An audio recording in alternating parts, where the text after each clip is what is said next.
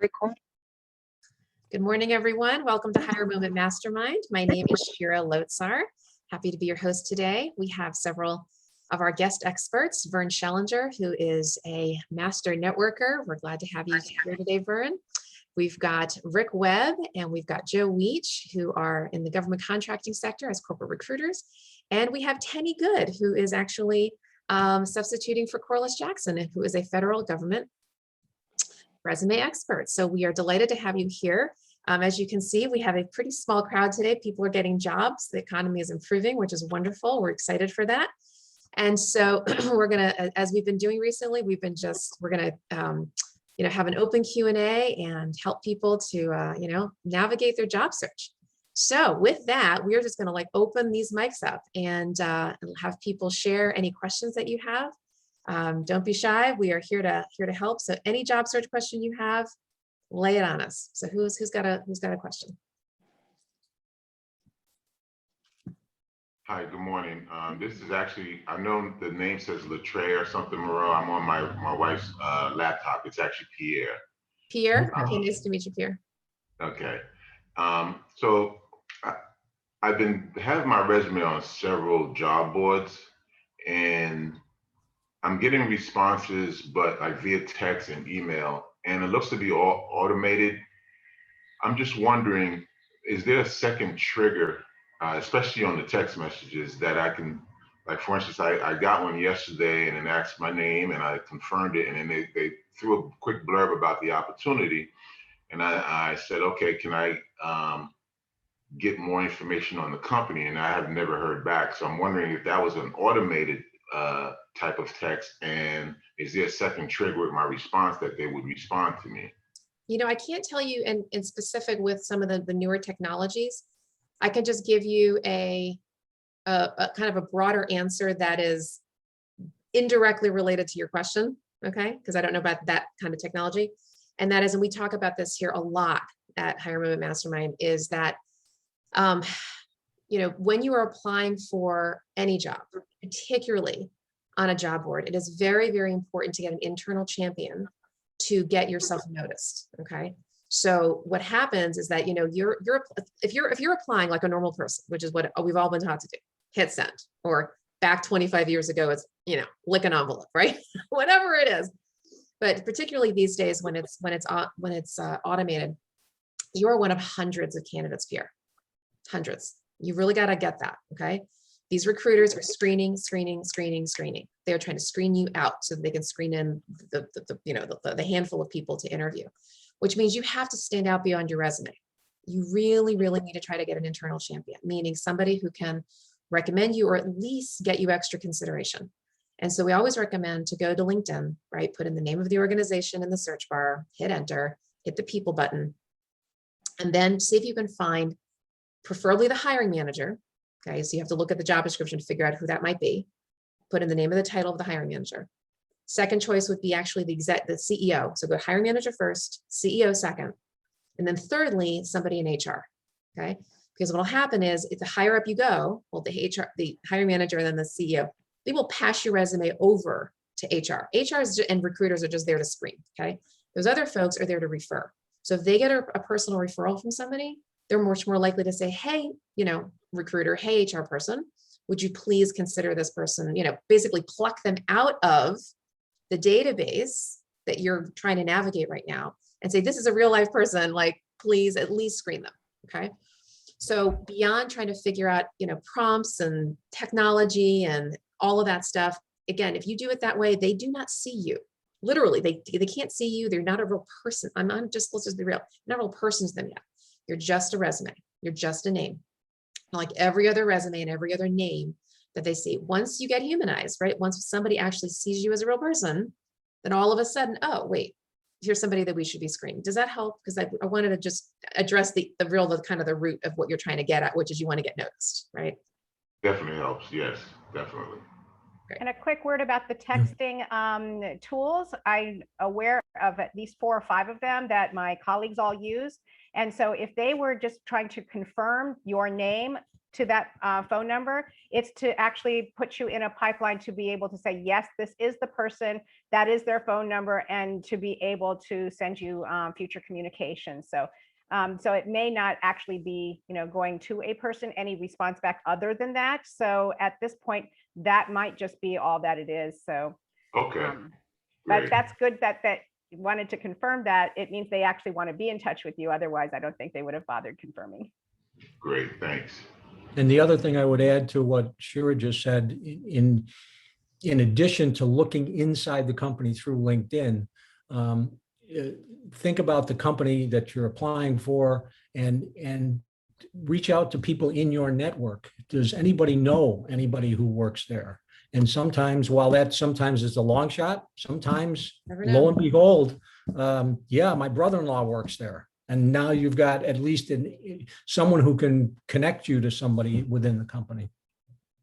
Well, thanks, because like the history, I've been in the industry in the leasing industry for over 25, 30 years. And I'm pretty old school with tenure. So I've been on jobs for 10, 12 years at a time. And the times that I crossed over to new opportunities, it was always with someone that knew me and said, hey, would you like to take advantage of another opportunity? And that's how it's always been. So right now, this technology and this version is just like totally new to me. So Pierre, you don't understand what you just said, how common that is. Over at least 80% of jobs are hidden from the market. Okay. Meaning that employers are networking and they're trying to leverage their network to find you, meaning somebody in their network. Right. That's why people all the time, I mean, I have been recruiting and I've been career coaching forever. How many people, if I had a penny, not a nickel or a dime, a penny for every person who said, oh my gosh, my whole life, I've always been recruited. Somebody has always referred me. This is the first time that I've actually had to go look for a job proactively. I'm telling you, Pierre, this is the thing, right? That's why you got to reverse the process and tap your network to find the hidden jobs. So not only to get into a job that's already publicly posted, because remember, once it's publicly posted, the whole world can apply and the whole world does apply. right. When you go to the hidden network, right? When you're looking at people who know people in organizations where the job is not posted publicly, or maybe it's just that the job is just a twinkle in somebody's eye, right? The air is very thin up there. There's very little competition. In fact, there might be no competition because suddenly it's, oh, wait a second. My friend knows a hiring manager X at this company, and this friend of yours knows you, likes you, trusts you. And because of that, the employer's like, wait, wow, this is a rock star. Let's maybe have an informational interview. You never know, right? That really should be the bulk of your job search, is trying to leverage your network for the hidden opportunities, not necessarily for the public postings. In fact, they say that when you apply to a job online, your chances of getting that job are about 10%. That's it, about 10% because of the competition. Does that also apply to executive roles and Absolutely, every role. Yeah. Every role. In fact, let me just even expand it out. It's not even just for regular jobs. Okay. Some of you here are or might be considering self-employment. Okay. Same thing there. Okay. I'll give you a very quick example in my own life. Right. So I have multiple practice areas. I'm a recruiter, I'm a career coach. I do all kinds of things. Right. So my recruiter role, there are times, because I'm known in my sector, I'm in the association sector. There are times when I will get an RFP. Okay, so an employer is wanting to do a search and they'll send out an RFP and I'll get it. You know what the chances are of me actually landing that search if I fill out an RFP? Because they sent it to who? To me and to 10 other firms. Okay, very low chance, especially because I'm not known by everybody. Okay, flip that process. A few weeks ago, I get a call from a woman, Cindy, who is a former candidate of mine, a candidate. Okay, somebody who was considered for a job a couple of years ago. She just left her job. She called, she's the site CEO. She calls me, she goes, Shira, she goes, I'm leaving my job. I want to recommend you to our search committee to backfill my position. Why? Because she knows me. There's no RFP. I didn't have to fill out a form, nothing. It was all relationship, done. It was all about the relationship. So whether it's self-employment, whether it's W-2, it's I mean, the old expression is all about who you know is true. It's true because people do business with people they know, like, and trust. Relationship, not just resume. Got it? Yeah. Focus And I on don't want to beat a dead horse, but as a networking expert, let me tell you where you really want to get to.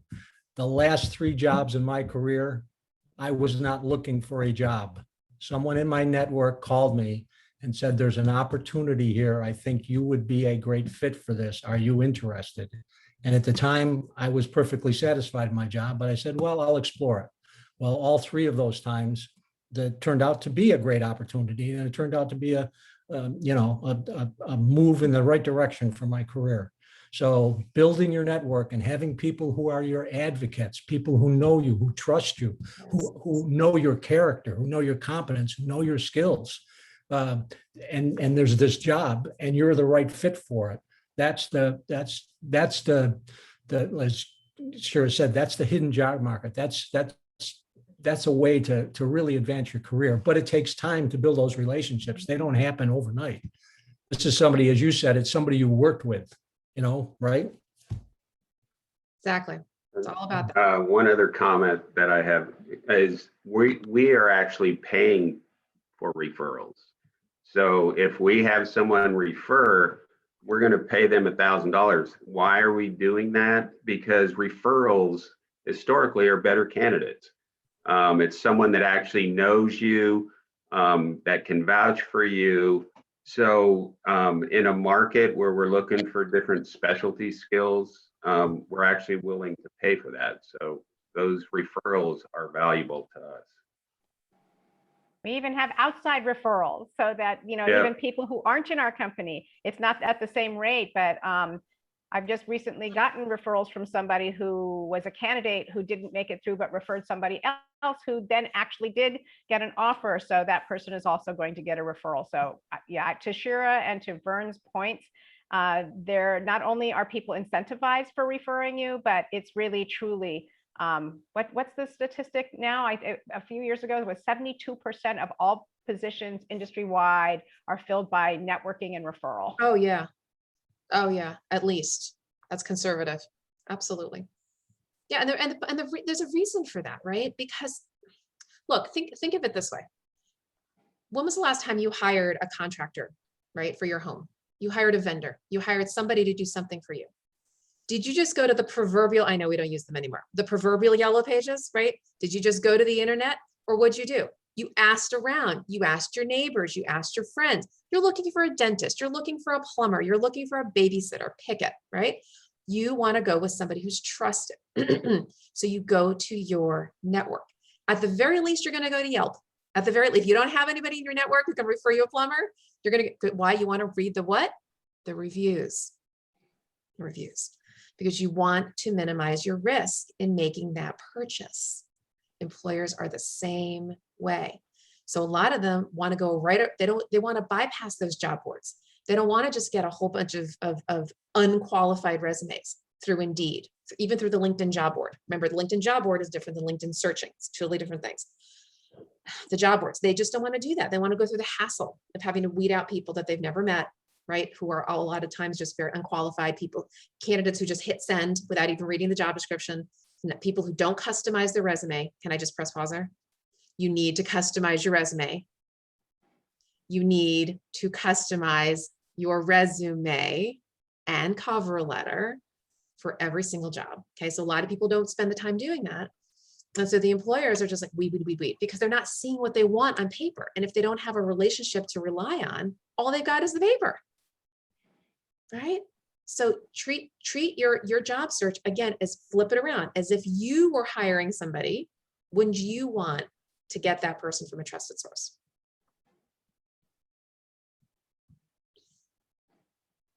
All right. So there was a question in the chat box.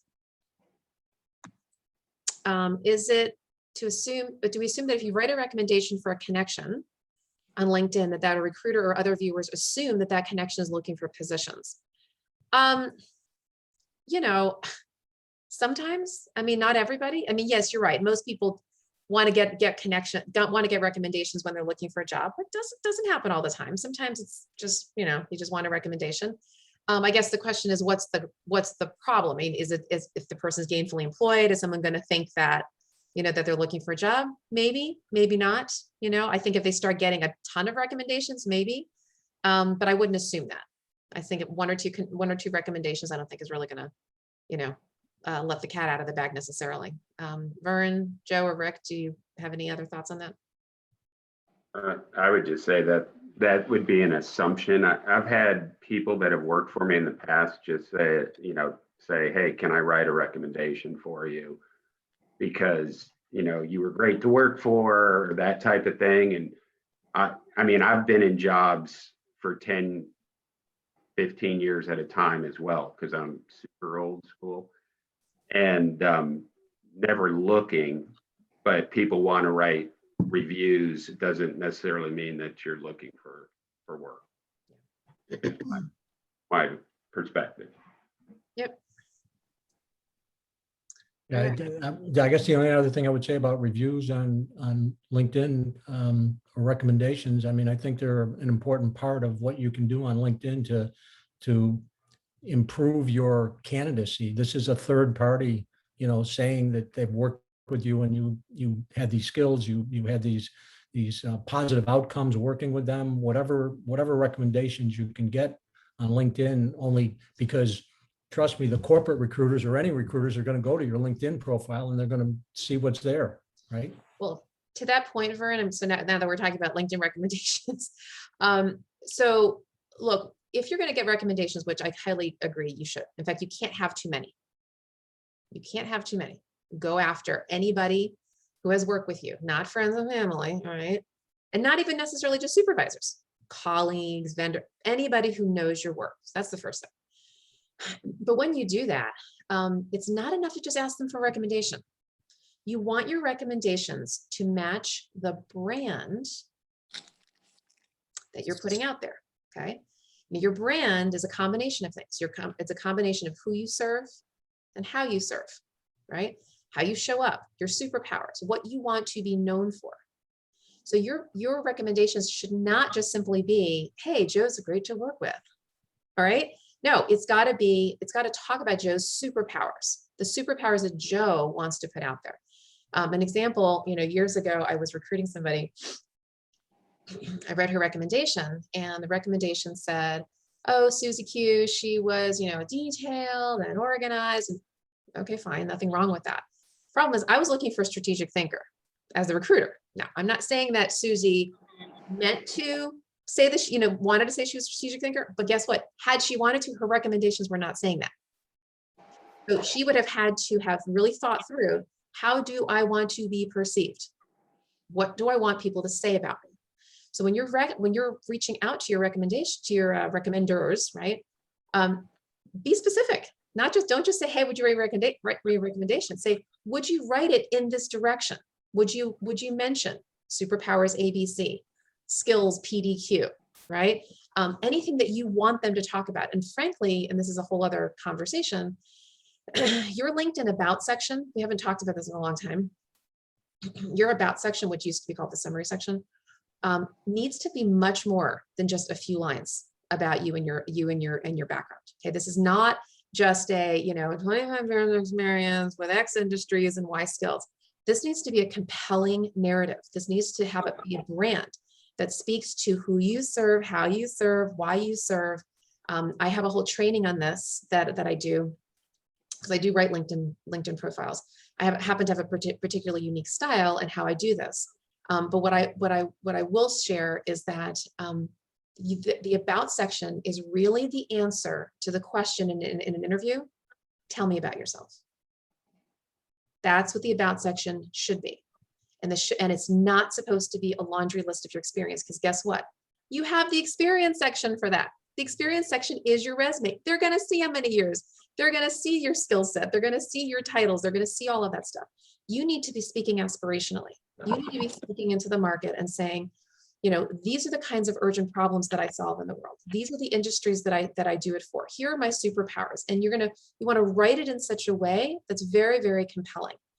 Because look, it's not that the recruiter is gonna look at that first. They actually are gonna look at your experience first. But if they like what they see in your experience section, then they're likely to go back to the about section and say, tell me more. What's this person really all about? Okay, so it's very, very important that you figure that out.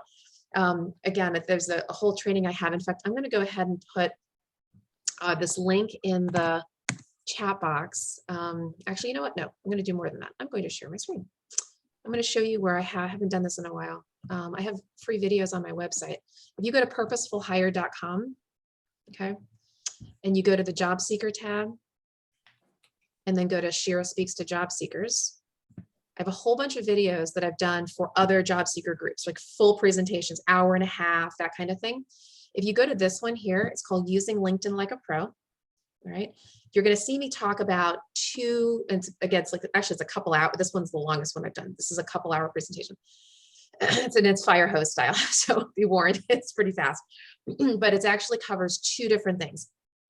First of all, it covers your brand, right? Kind of how to be found, how to create a compelling profile. But the flip side is how to find others, how to use the search features on LinkedIn as if you were a recruiter, right? Like, how do you find others? And so there's those two areas, but in that first section, you're going to see me talk a lot about, networking and branding and all of this. And then I give a few examples of the kinds of profiles that I happen to write. Not that you have to write it that way necessarily, but just some prompters for you to really think thoroughly and think critically. How do you want to position your brand?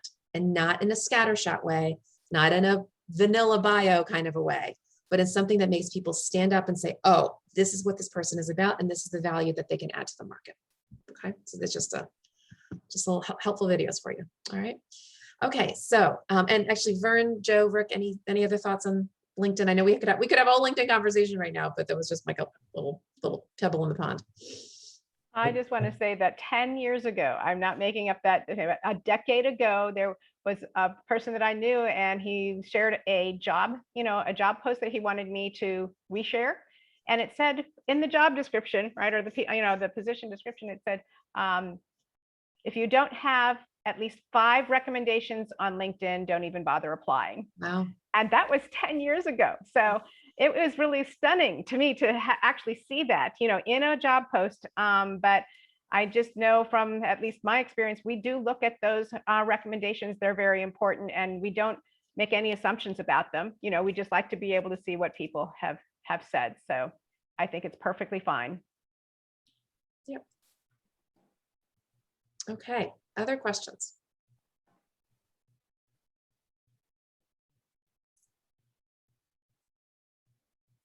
Shira, this is Jennifer Bingham. Can you speak to ageism and age discrimination? Because I'm 66 and a half years old, and I think that is a factor in why I'm not getting offers. I get interviews, but I don't get the offer. Yeah. So I'm going to give you the two hands, right? On the one hand, ageism is alive and real. Can't deny it. It exists. Many employers still hire people between the ages of 25 and 45. It's unfortunate, right? It is what it is. On the other hand, age is a state of mind. It truly is. It truly, truly is. Employers, when they fall into age discrimination, it is an unconscious bias. Okay, nobody's going out there saying, I really want to discriminate somebody who's over the age of 50. Nobody wakes up thinking that. Okay, but there are pretexts, right, that are kind of going on behind the scenes as to why that bias might kick in. And it can have to do with a lot of things. It could have to do with energy level, right? There's a misperception that people of a certain age are not as high energy. Again, misperception. If you show up to that interview, sprite, energetic, upbeat, bright-eyed, and bushy-tailed, okay, that is going to really, really increase your chances of overcoming, right, any perceived bias. Because at the end of the day, think of any diversity area. I don't care what it is. Age is just one. Okay, we have hundreds, right, that we could talk about. Why does anybody have a misperception? Because they have an idea in their head as to what, in this case, what an ideal hire should be. So think about it. In fact, you know what? Let me. I'm going to put this out to the group. Okay, and you're just open your mics and tell me what you think. If you're a hiring manager, which some of you I know have been, in general, what are you looking to see in a candidate? Okay, just raise your mic and just say in general, when you're just any candidate, you want what? Sonia, just call it out. Okay, I'm looking for talent and experience, and I'm kind of shocked that people, I'm gonna say in my generation, and you know who you are, they are overlooking people in our generation, and we have the knowledge. Right. I can't begin to tell you how many my colleagues, and yes, I'm HR executive, I talk to every week, and they're upset and complaining their people don't know. And then when they tell me what the issue is, I'm like, this is South Warwick. Why don't you hire people who know this? But yet you want to hire the person that come out of college that's 24 and they can't do the job. And then you're calling me, oh, Sonia, what can I do? How do I fix this? Blah, blah, blah, blah. And like I said, you're my age.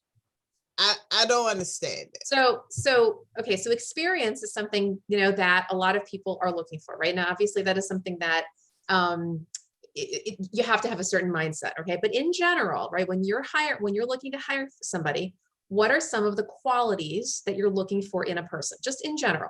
I don't care what age they are. Just what are you looking for? Just shout it out. Qualities. I'm not looking for, like you say, energy and all that. I'm looking for knowledge. Okay. So because the bottom line is you got to get the job done. It's true. And that's what I'm looking for as an HR. Okay, that's great. Leader. And mind you, everybody's got a different lens, right? I understand. I'm from a different situation. And that's great. And Sonia, you're right. Some people are absolutely looking for the knowledge and experience. And frankly, the folks who are focused on knowledge and experience are less likely to fall into age discrimination, if that really is the thing that they're looking for. Other people are looking for other things. Other folks on this call, what else would you be looking for? I think it's technology in my case. I'm an attorney, but everything involves the internet now. And they probably presume I don't have those skills, but I go to Georgetown every single year and I take continuing legal education and I try to keep up with my field. Okay, so technology, absolutely. Yeah, showing your technology skills. What else are you looking for as a hiring manager? Collaboration skills. Collaboration, absolutely. What else? Problem solver. Problem solving. That they're going to show up. Yep, right. Absolutely. What else? Being articulate, both in writing and being, their verbal and written skills, they need to be articulate. And that's important because no matter who I'm hiring them, for whatever position, they really need to be able to be loquacious with their speaking and also grammar spot on with their writing. Yes. What else? It's great. What else? Someone that's positive, that shows an aptitude to be able to learn. Yes.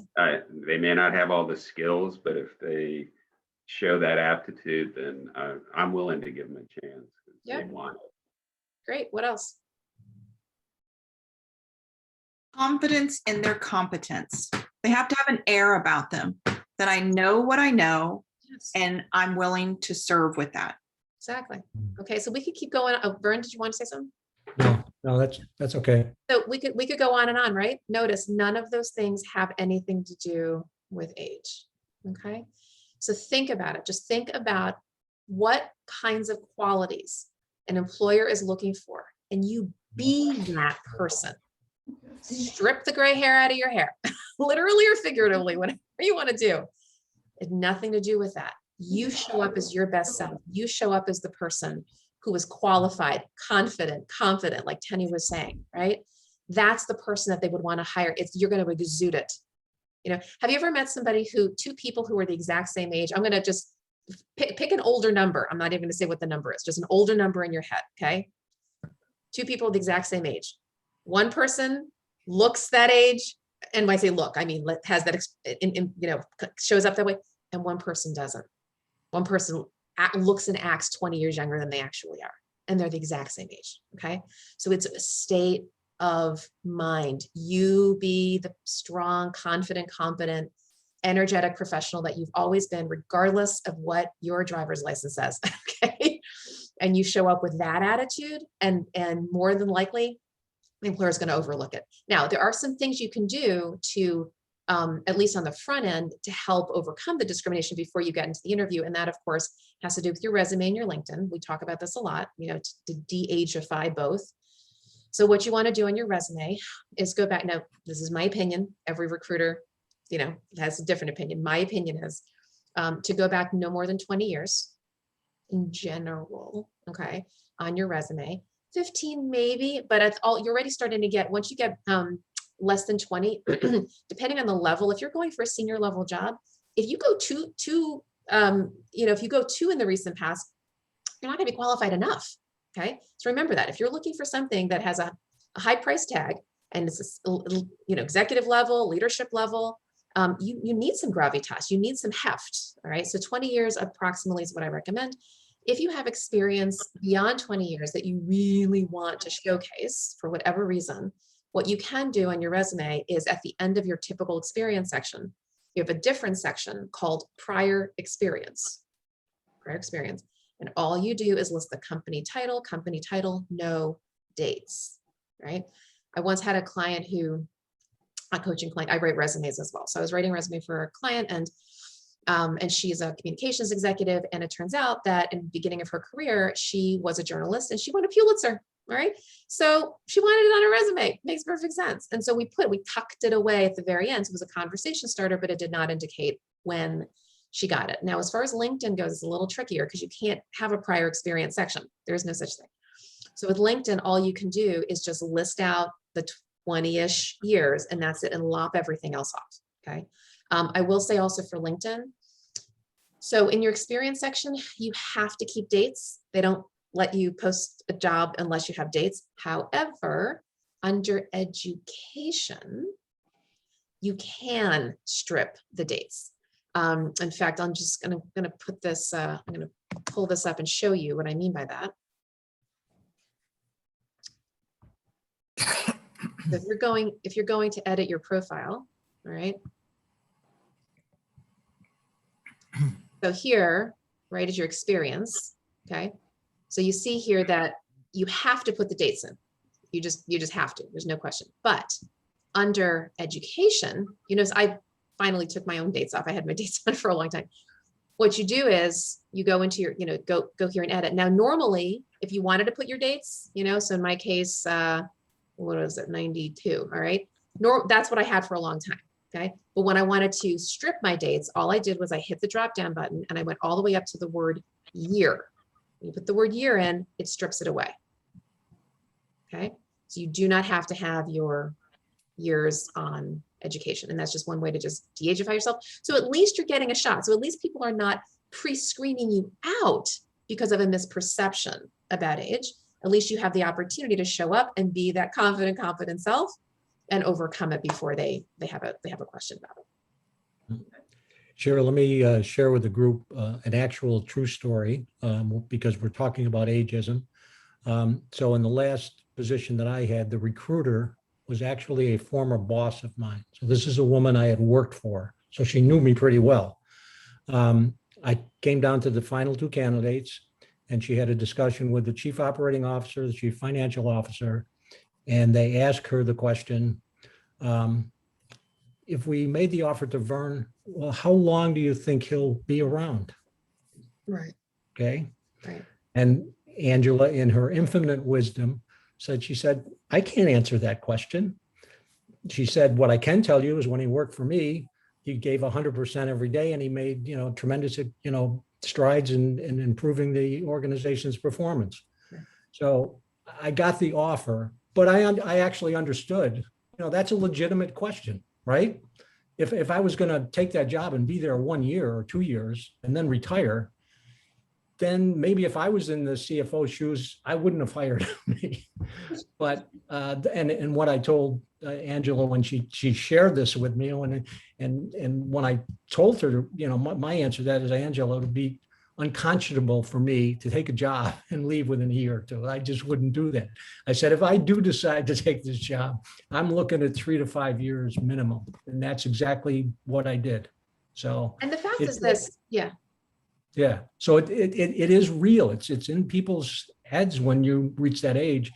And you've got to be able to, again, go in and be energetic and do all the things we've just said. You've got to prove to them that you can accomplish what they're looking to achieve. But can I tell you though, also, at any age, employers have the same objections. Okay. So I've had employers who, for example, take the how long will they stay question. I've had people ask that question having nothing to do with age. I've had employers say to me, hey, this person, they're a job hopper. Okay. How long will they stay? The person says to me, oh, they've already been doing this job for a really long time. Maybe they're not going to be challenged in this role. How long are they going to stay? Maybe they're an early career professional, which has some its own, biases. They're gonna use this as a stepping stone. How long will they stay? Think about any objection that an employer might have. Usually, it has nothing to do with age. It has to do with minimizing the risk of the hire. Is the person going to be energetic? If that's important to them, maybe not to Sonia, but to other people, it might be. How long are they going to stay? Is this job going to be challenging enough? How good are their technology skills? How are they going to fit in with the team? I mean, all the normal things that an employer would look at, right? Sometimes, yes, people who are of certain diverse populations, there might be some unconscious bias that is related to that. Could have to do with personality, right? So there's a certain personality fit that this is classic, right? That an employer is looking for whatever reason, to fit in their culture, to fit in the team. There are certain kinds of ethnic groups who have certain kinds of stereotypes, right? Around personalities. I'm not even going to say what they are. You can just think to yourself, okay? There's those stereotypes about everything. Oh, well, they think to themselves, oh, well, they come from here, they must be, or, they showed up on the interview this way, oh, that must be because.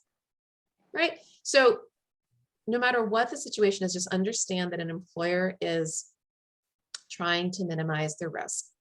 What can you do to overcome any particular objection and show them that you're going to be, again, confident and competent? Right. I Mike, don't know if you noticed, but Mike has his hand up. I was just going to say, Mike got his hand up. Yeah, I just, Great. Mike. Hey, good morning. I missed the question that was on like the text thing, but I have a technology question as well. And I'm curious if anybody's seen this or done it. I was talking with an internal recruiter the other day, and they have mentioned, I don't know if this is the exact title, but it's called a Virtual Job Tryout. And apparently it's something like a 30 to 45 minute simulation of sorts, asking questions, scenario-based questions, maybe case-based questions on leadership, how you would deal with an employee, I guess, how you make decisions. I'm curious if anybody else has done that, what they thought, et cetera, et cetera.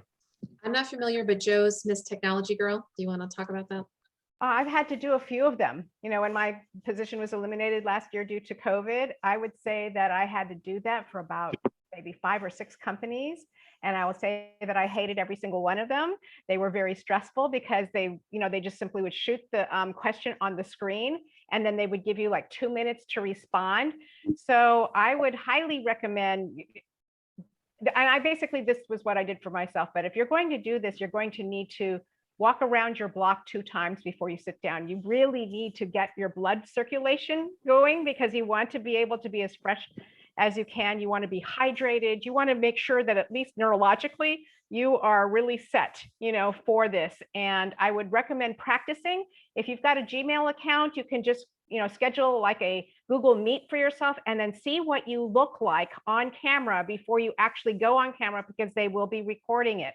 And so my recommendations are that you elevate your laptop so that you're going to be eye level with your camera. Make sure that you've got good lighting, male, female, or whatever you identify with. Get matte powder to put on your face. And if you are hairless, on top of your head. Why? Because it's going to pick up shine. So you want to have, just think about it. You're going to be on camera. So you want to be prepared. And I think that if you feel like you look your best and you've got your energy up, that the main thing is you're going to want to communicate a positive attitude, even if the question is, one time I remember being asked a question, I'm thinking, what are they even asking me? So I just simply said, that is truly a stimulating question. And it just bought me enough time to try to process the question.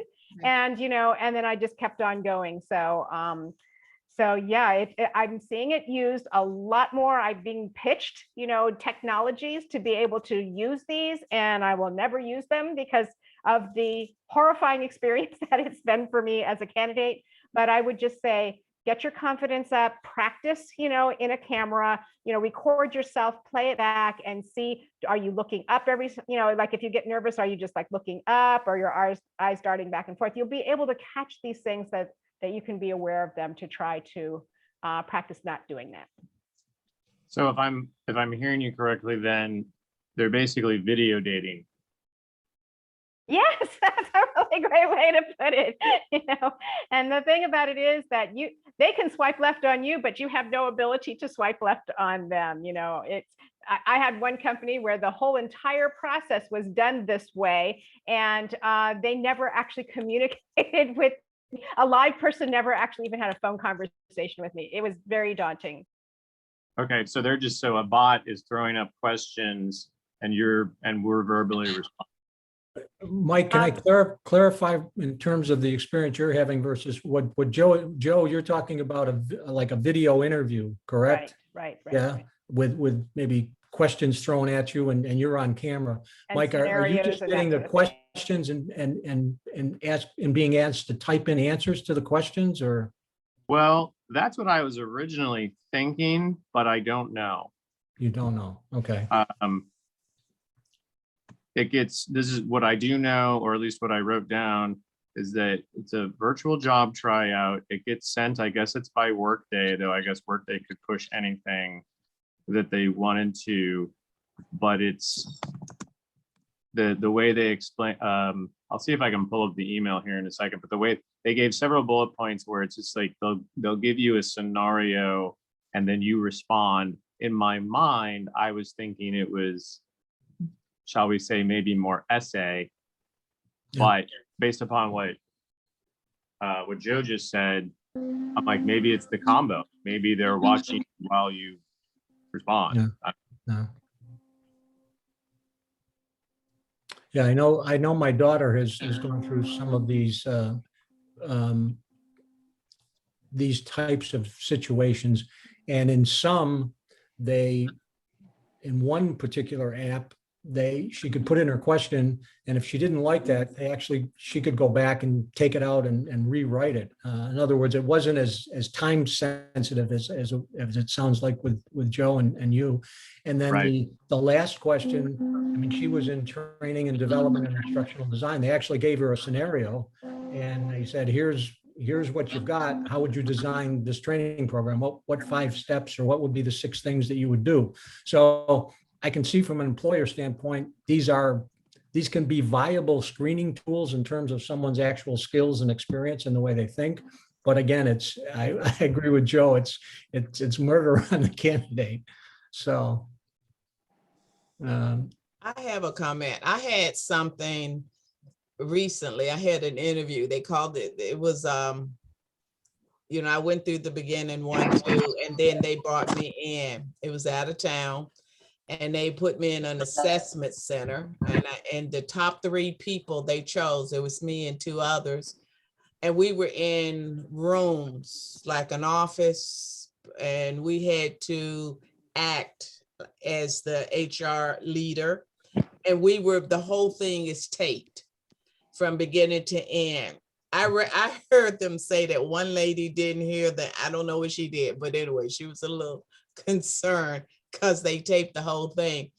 But when it was over, before it got over, we got things that was on screen, and then we had people pop in, and they wanted to see our reaction to these different scenarios. And then when it was all over, whoever their little ruling team would review the videos. It was the oddest thing because I knew everything I did was on tape. And I was being very, very careful to make sure, you know, that I didn't fall out of order or anything. And it was difficult because you knew you were on tape. And when it was all said and done, they came back. They told us it would be a 12-week process, and they lived up to that. And I got the runner up. And they told me that it was almost like the Miss USA pageant where they say if the winner doesn't make it, you will be next. That's how they responded to me with the no thank you. I'd never had anything like that before.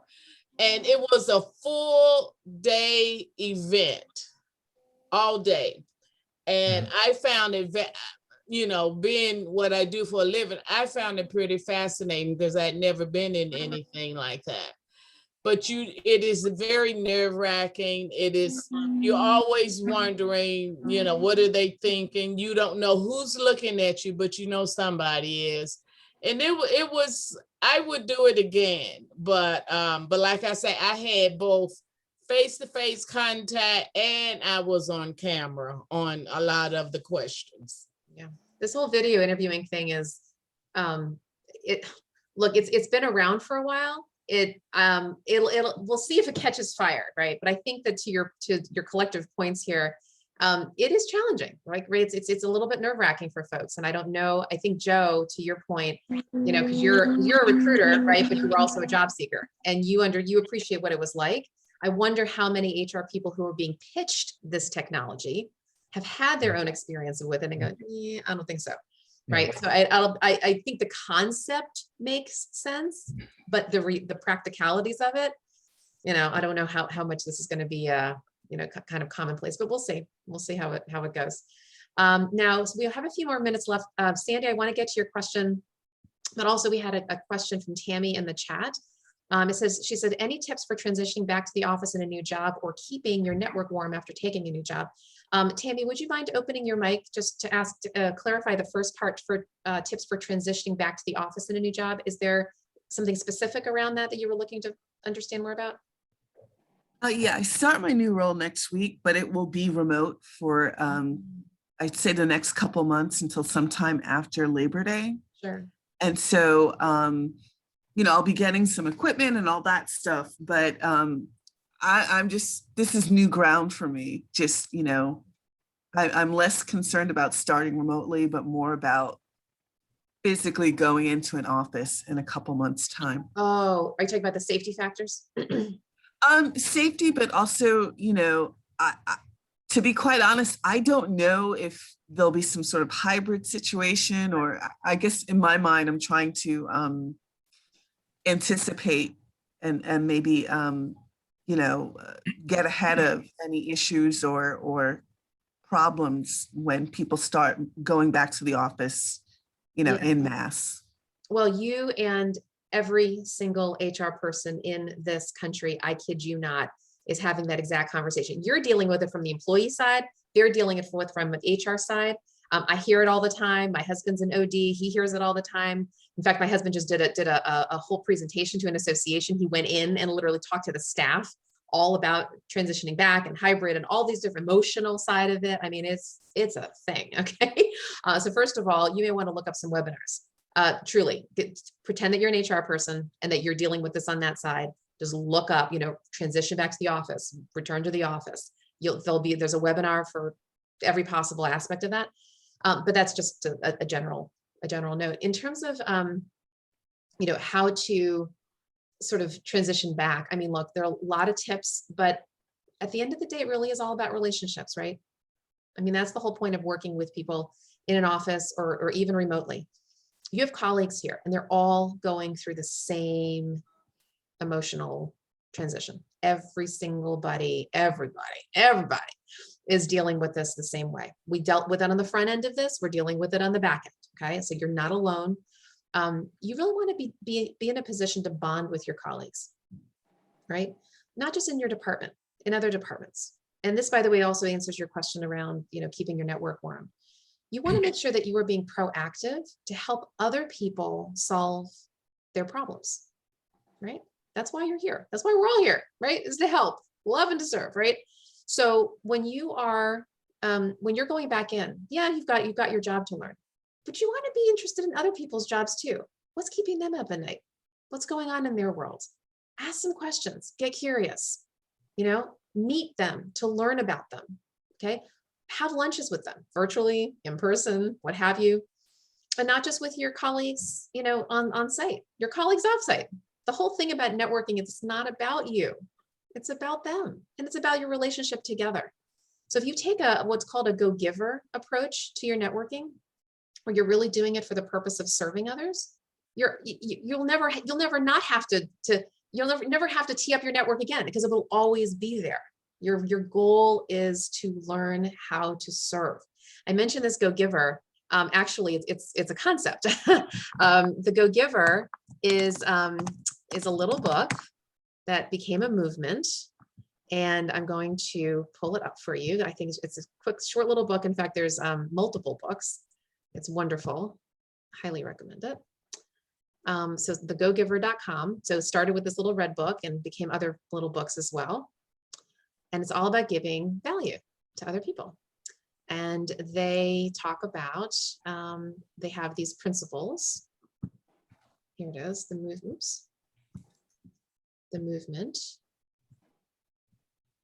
And these are the concepts, all right? Create value, touch lives, build networks, be real, stay open, and all the benefits of doing that, right? So this is a broader answer to your question, but it really is about a mindset of giving, a mindset of learning to help, of providing value to other people, whether that's inside your organization or outside. I think if you constantly have that mindset, your network is going to expand. You're going to feel better. They're going to feel better. Everybody's going to feel like, literally, sorry to go do the hashtag thing, be in it together, right? Because that's kind of the point. It's to be there to build a community. All right. Does that help at all, Tammy? Oh, you're still on mute. Okay. Well, hopefully that was helpful. So Sandy, why don't you go ahead? Oh, did you want to say Go ahead. something? Sure. Tammy, do you want to say something? It Well, I was does. gonna- I think I had started with, getting to know the people on my team and my department, but I also expanded that to, looking for alumni Yes. and looking for people who are starting around the same time with me and kind of getting, whether we have a defined onboarding group or not, just reaching out to them because we're all sort of in the same situation. Exactly. Yeah, that's exactly what to do. And the other thing, Tammy, is to, what is your group? What is your role? And what other departments or functions do you interact with? And reach out to those functions, because obviously there'll be some collaboration or cooperation needed between those functions. Get to know those people, find out what their needs are, and start to build relationships that way as well. Definitely. I realized that I really need an internal networking strategy to really be successful, and I'm working on that. Yeah. Exactly. All right. So Sandy, you want to round us out? Oh, sorry, Vern, was there something else you needed to say? No. Sandy? I'm asking this from a recruiting and HR kind of perspective. And part of it, I understand, has to do with my own feelings around what I'm about to say. My last full-time job ended in 2019. So it's been a year and a half, almost 2 years since I've been full-time employed. I've had 2 part-time jobs since then. And here's where the struggle is. I had worked for my full-time employer for 3 years, and I left under a severance agreement.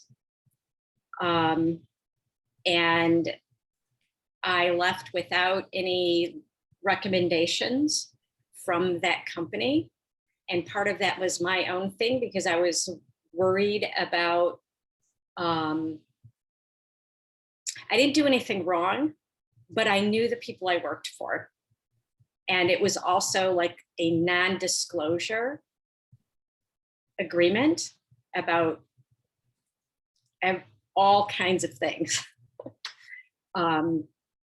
And yet I was still worried because of who they were within the community,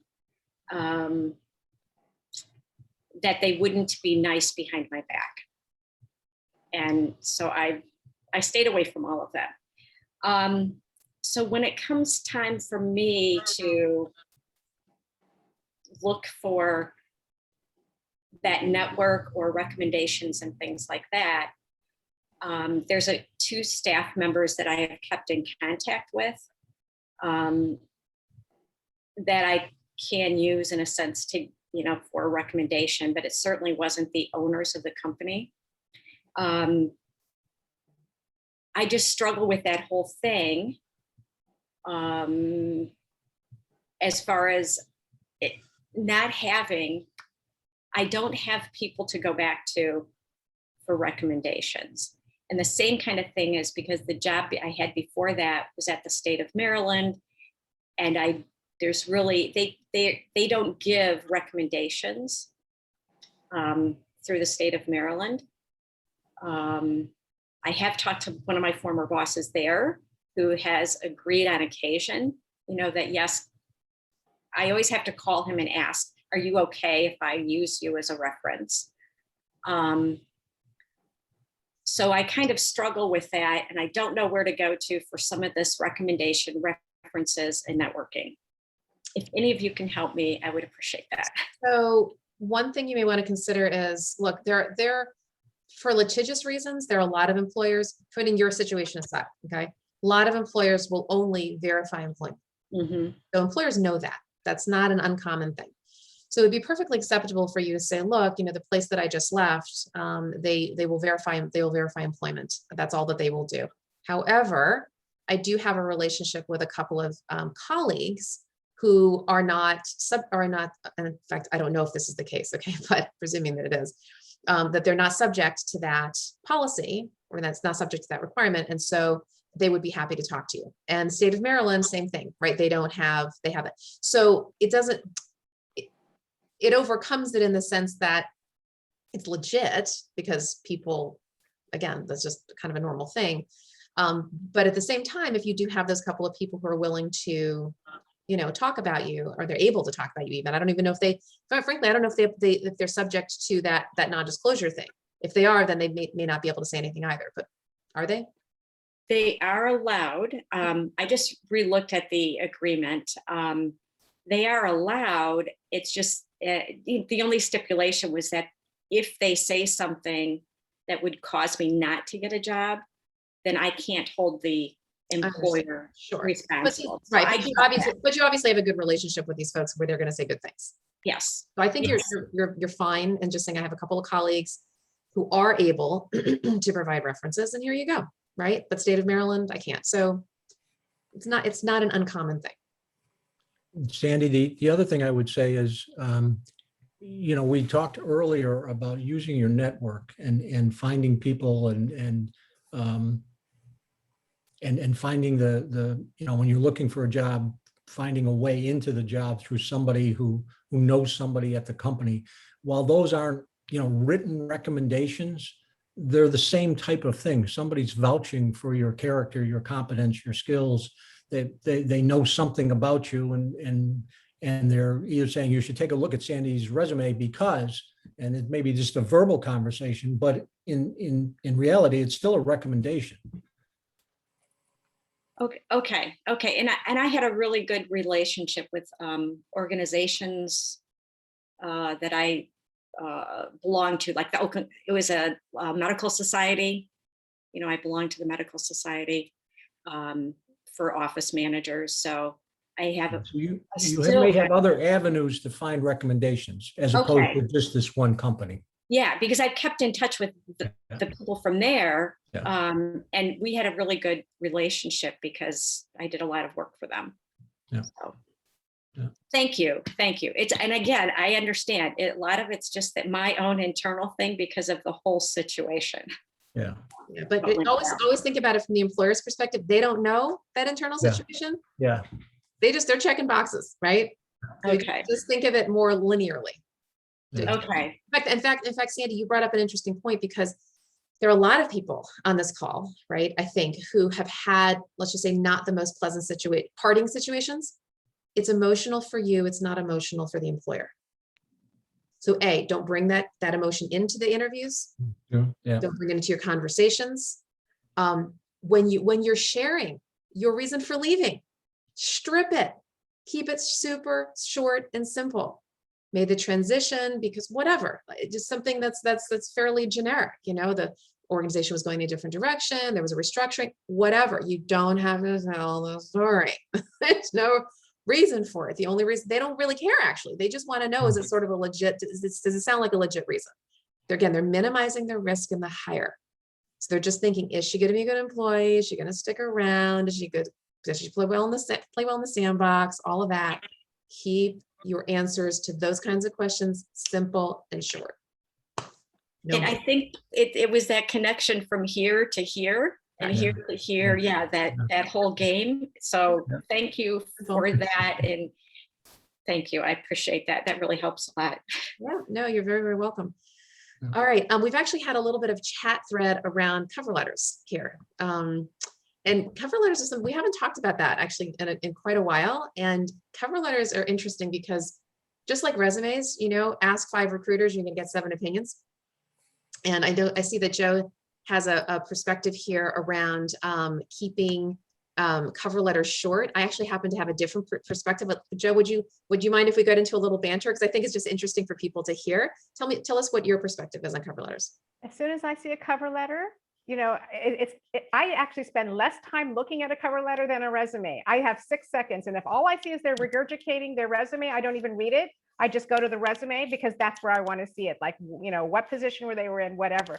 The other thing about the cover letter is that if they talk about what they like about the work that they're doing, I like to see what is it that they like about that. And then, you know, when they can articulate that. And I think that it shows me who they are, you know, like what professional person they're bringing to the table. Yes. Someone mentioned hobbies, and I think that that's very much where I would not go, because you don't know who's reading it and whether or not they would find like horseback riding or yachting, if they would find that elitist, or, you know, there's just so many different emotional reactions that people would have to certain hobbies that I wouldn't like, you know, people who brew their own IPAs and things like that. And that person might, you know, it just definitely, there are so many different personal reactions to hobbies that I think I would just leave that out, because that's who you are as, you know, not on the job, you know, it's just who you are in your personal life. And I really feel like that should have a professional bent to it. I just want to see people eliminate any reason that they could get swiped left on because of personal biases. That's just. It's great. Thank you, Joe. Yeah, actually, I would agree with all that. And just to sort of emphasize that your resume, first of all, should stand on its own 2 feet. First of all, okay? Anything you want to communicate to an employer needs to be on that resume before any cover letter, because cover letters are only read 2% of the time. However, they are read 2% of the time. And sometimes the people who are reading it 2% of the time want something substantive, okay? Maybe not Joe, because Joe's doing the 6-second thing, which is very normal. Other times not. And in fact, I would suggest to you that the higher level the position, the more substantive your cover letter should be. If it's an executive level, I would recommend that you really speak to the role, speak to the mission, speak to the urgent problems that you solve. Go through that job announcement line by line, word by word, and not only customize your resume, but customize your cover letter, and make sure that you have, let's say in the middle section, a line that says something to the effect of, you know, as per your search requirements, here are the competencies that I bring to the table. And you list out, let's say 3, 4, or 5 accomplishment stories, repurpose them from your resume, labeled with the competencies that the employer said that they're looking for. Okay, so it shows that you were critical, that you cared enough to do the customization. You really read that announcement, but at the top of it, you want to speak to your alignment with the mission, your alignment with the role. Again, the problems that you want to solve. Be very, very thoughtful if you're going to do one of those letters. Now, the lower the level of position, the less likely that is that that's important. In fact, a lot of times it's really just about your resume. They're screening in. So just again, rule of thumb, higher level the role, the more thoughtful you want to be in your cover letter. And by the way, I know this sounds like pedantic, right? No typos. anywhere. Okay, that is a rule of thumb that goes across the board. We all human beings have this thing called an optical illusion. All right, our eyes just gloss over those semicolon misses and those typos and all of those things and the spelling mistakes. Triple check it, quadruple check it, have somebody else read it, top to bottom, backwards, forwards, literally. In fact, a trick is actually to read from bottom to top. Okay, if you want to just mess up the optical illusion thing, because one type, I'm not kidding, one typo can screen you out. I have seen it happen. Sonia's nodding her head, Joe's nodding her. We've all seen it. Any of us in the HR recruiting world, we've all, years ago, it wasn't my candidate, but I heard the story of an executive level person who went through all the hoops, all the loops, went finally to the executive level interview. I mean, like the whole senior team and the whole thing. One of the senior team members saw one typo in their resume. The guy got screened out. I mean, why does that happen? I'm not saying it should happen, but why does it happen? Because they're thinking if this is supposed to be your best impression, and you mess up and you have type, what's it going to look like when you get on the job? Okay, the best foot forward thing. It's why we dress up for an interview, right? You put on your suit, you do all of that stuff. It's very, very important to check it. Your thank you notes, your cover letter, your resume, the emails that you send to employers. Spacing matters. I'm telling you, you got to look at all of it. Look at the formatting. Look at everything. The font. Make sure your fonts are aligned. I've seen that happen too. I've seen people in resumes and in all kinds where, you know, one section is in, I don't know, Arial and the other section's in Times Roman, and you're just not thinking about it. Consistency, formatting, typos, it shows that you're organized, right? It just, if there's a perception here, it's why you're not writing your resume in crayon. It's why you're not writing your resume in Courier font, okay?